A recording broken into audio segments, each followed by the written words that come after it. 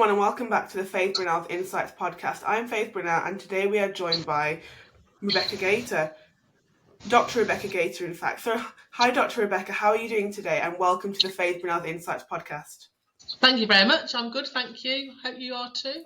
Excellent. Yes, I'm well, thank you. I'm very excited for the listeners to hear all about your leadership journey, all about your role. I'm really passionate and really excited to get stuck in. So, Dr. Rebecca, could you kindly introduce yourself for the listeners for us?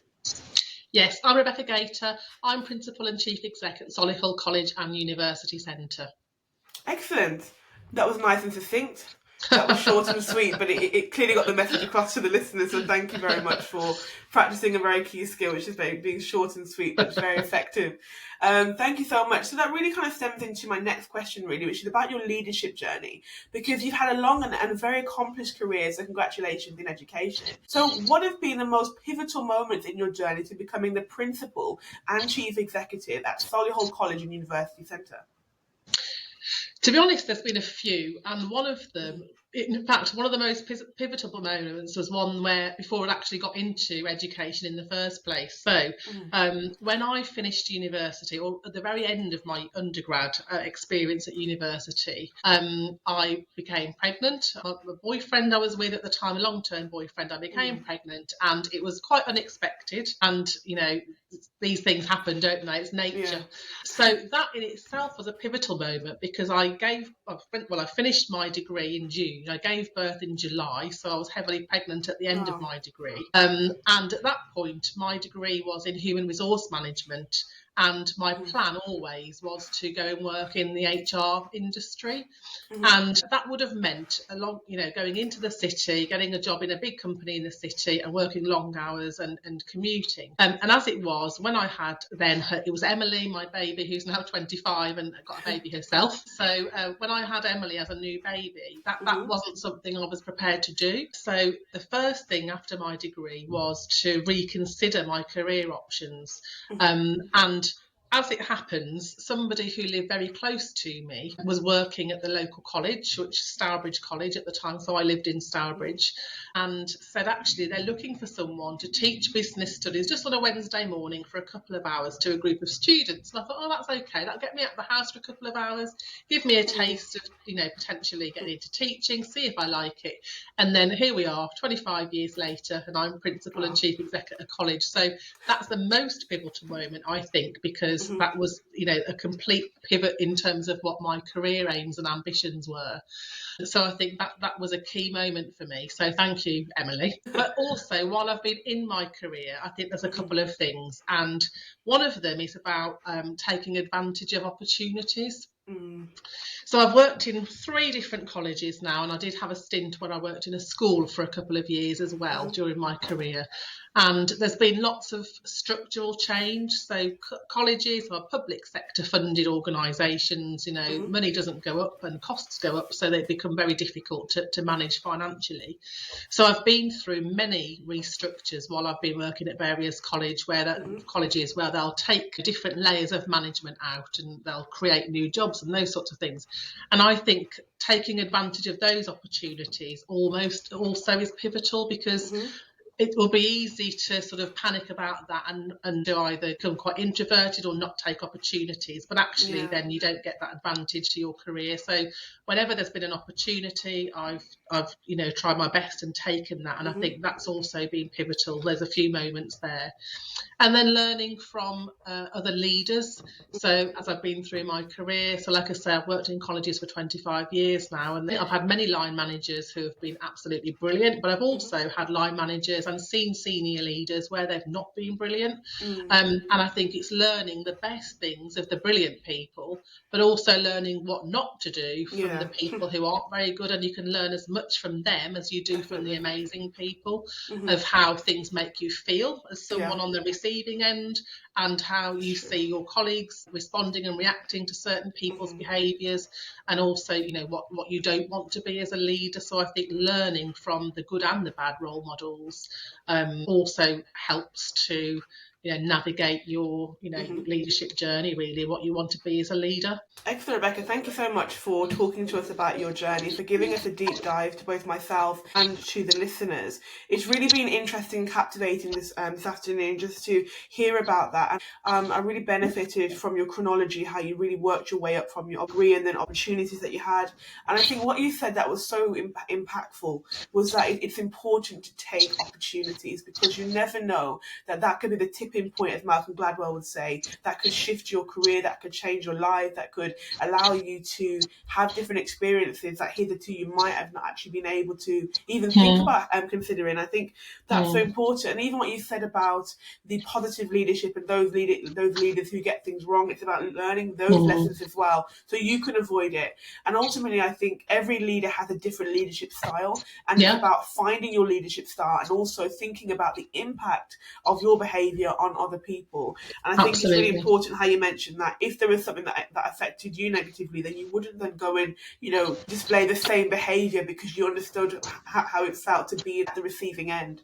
And I think that's really interesting. Really, again, thank you very much for that deep dive. Really interesting. And your journey does highlight such a deep commitment to student success and community impact, as you mentioned as well, about trying new things. And I'm really glad to hear about your daughter Emily as well, about how she really kind of helped you to pave the way and help you to kind of consider these opportunities. I imagine that those experiences shape your approach to leadership. Thank you for sharing as well that there were some people who you were able to lean on as well, and some people who supported you through this journey.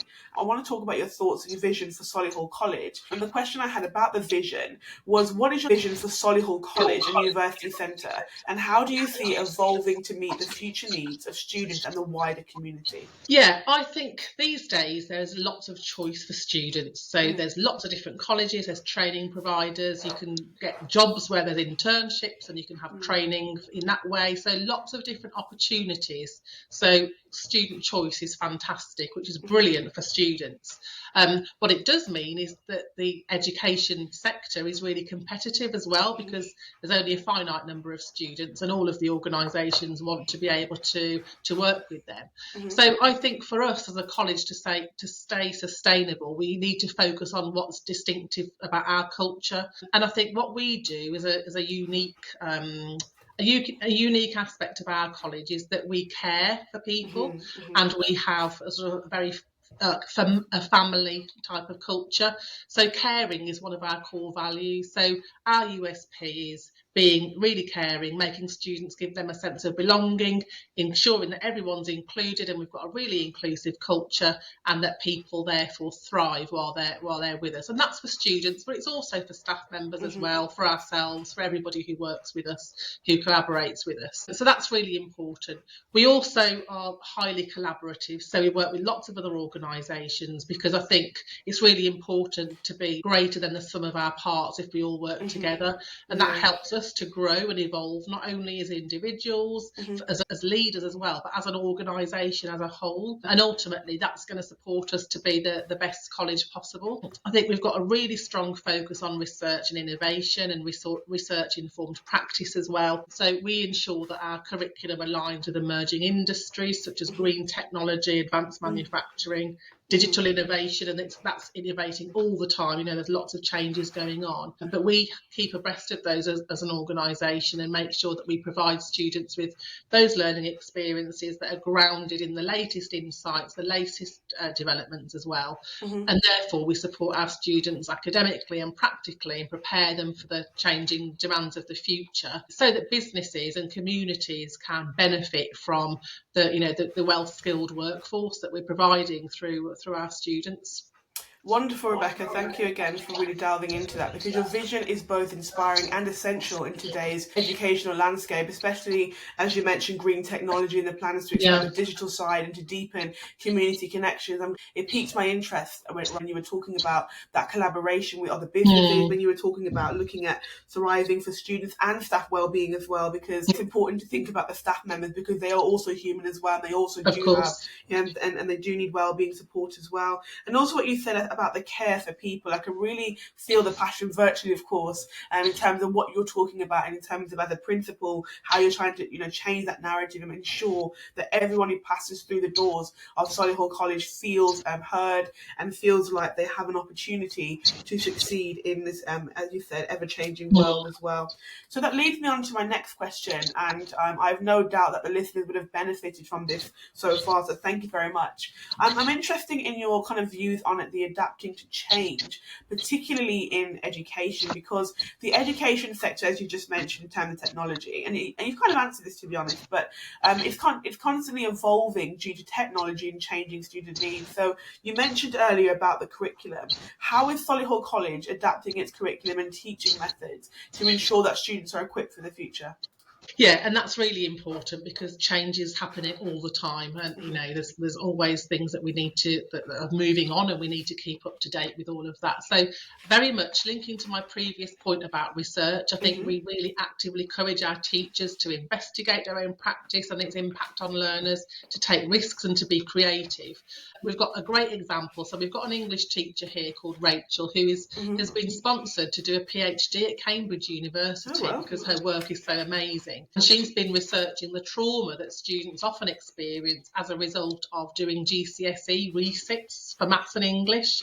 So there's a policy, a governmental policy, where all students have to keep resitting maths and English GCSE until they pass it or they reach the age of 19. So we've got lots of 16-year-olds that come here who haven't got maths and English GCSE. And it's very traumatic for them because they've already failed it once or twice. And they come in and we're making them do it again year after year after year. And it's very stressful for them. So as an English teacher, she feels that very deeply. So she's developed a programme called Teach the Teacher, which is aimed at breaking down those barriers for students by enabling them to teach their maths and English tutors about something that they're really confident in. So, for example, Rachel went and worked with some plastering students and she'd been teaching them English. But she then became the student and they taught her plastering. And she's rolled this project out really widely across the college, but also she's rolling this out nationally now as part of her funded PhD, which is brilliant. And what that means is that students then get the chance to feel empowered, that they're the ones that are in the know, they're the ones that have got the knowledge that they can teach to their teacher. And it really addresses the balance or redresses the balance between the teacher being the expert in English or maths and the student feeling like they're not competent and they struggle with it. So it's really helped to break down those barriers, to create much deeper relationships between students and staff members with subjects that they find really difficult, and to move positively forward. And that's had great impact on the learners that she's worked with before.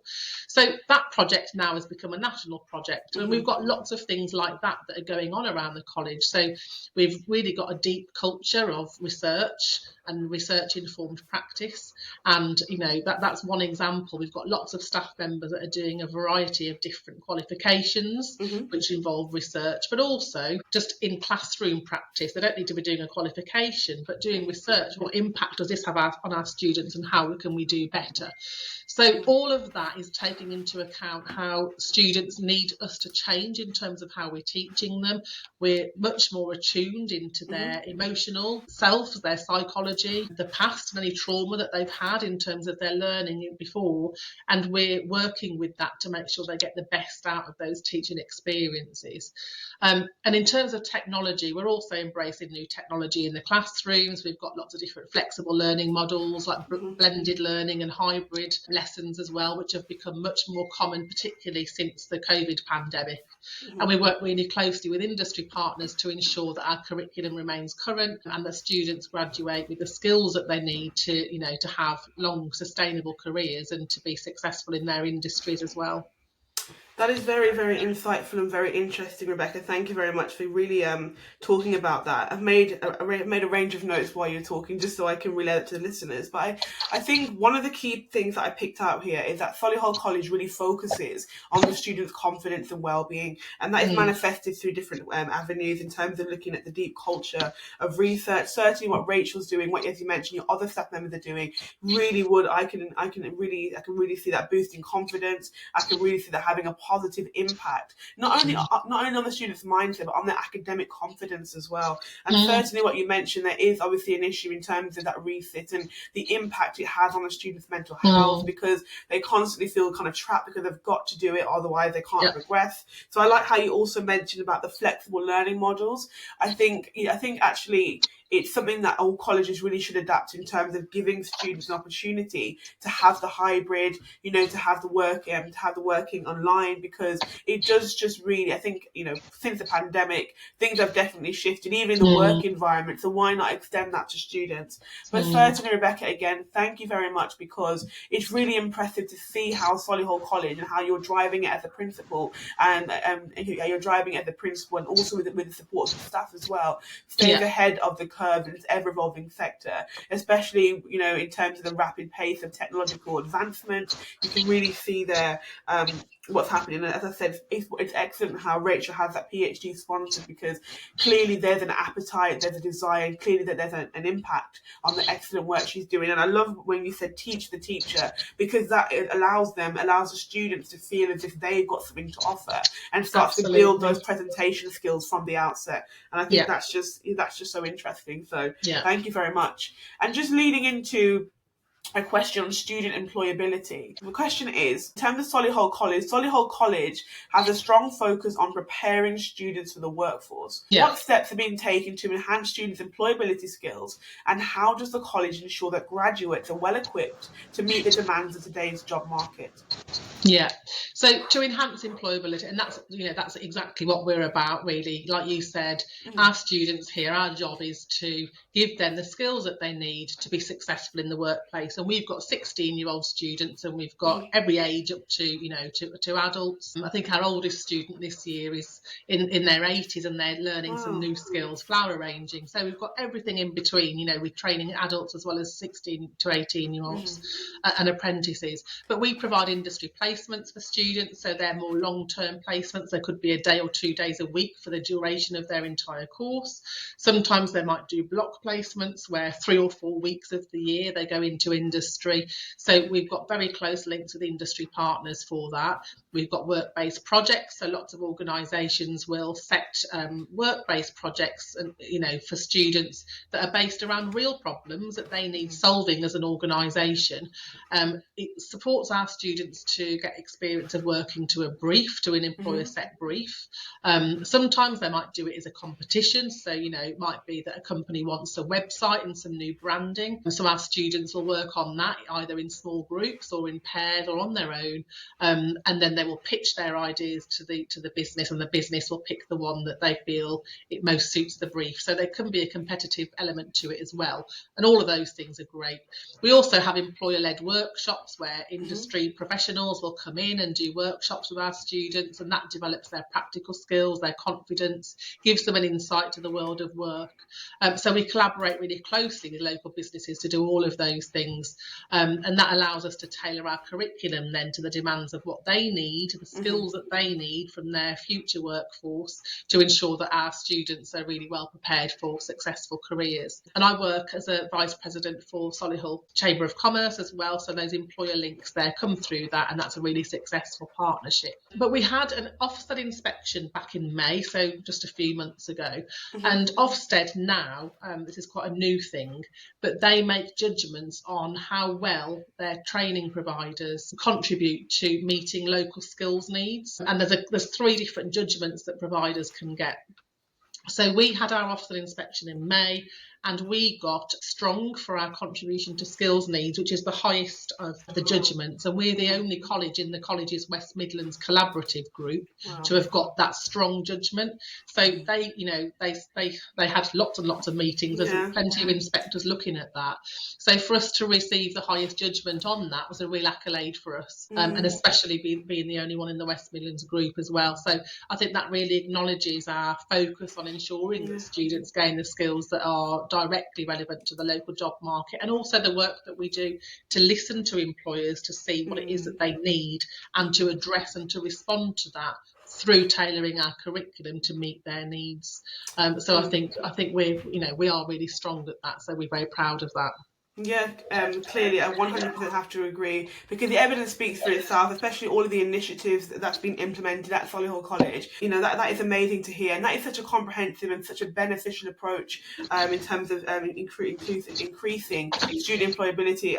I really agree with what you were talking about creating a synergy between employers and students and employers in the college to understand also what students need, but also what are employers looking for. I Yeah, like how you're talking about how you give them opportunities to have those placements, actually create those websites and get involved, because it yeah, builds business acumen from the outset. And so when they actually leave the college, they're already equipped with those skills, whether they be transferable or directly relevant skills, they can then apply those to their sectors of choice. yeah, And indeed, that's very interesting. And I wasn't aware that you're actually the vice president of Solihull Chamber of Commerce, but I can see you really do have passion, and I can see how that role would really fit you. So thank you very much for talking about that. And indeed, congratulations on the Ofsted inspection, because to have strong and be one of the only colleges in the West Midlands, the evidence speaks for itself. That just goes to show that all of the work, all of the initiatives have really been of benefit yeah. to the students. So excellent. All I can say is that is very impressive.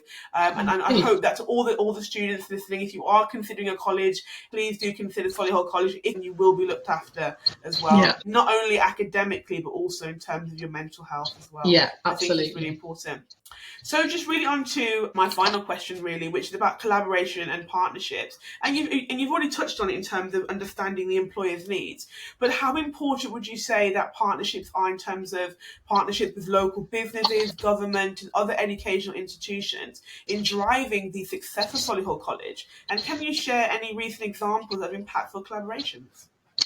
Yeah, partnerships are crucial. Like I said, you've mentioned there's lots of different sort of stakeholders that it's really Yes. imperative that we have strong partnerships with. So they're crucial to us. And again, I mentioned that caring is one of our values, but being collaborative is another one of our values as well. And that's within the college as well as externally. But we're really proud to lead some of the really largest collaborative initiatives in the region. So I don't know if you know about local skills improvement funds and local skills improvement plans, but we lead the biggest local skills improvement fund in the country. So it's covering the West Midlands and Warwickshire region. So it's a big region. Like I say, it's the largest in the country, and we're the lead provider on that. So that allows us to work directly with local businesses to address specific skills gaps, but it also means that we work with other colleges and training providers and universities across the West Midlands and Warwickshire to ensure that we're all working together for the benefit of the region and the skills of the region, to ensure that our local people and citizens are well trained and have got the skills that businesses need,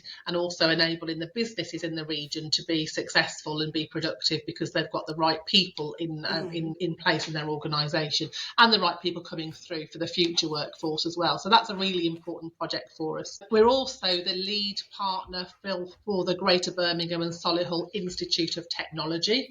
So that's based on Aston University's campus. There's a separate building on the outskirts of the campus there.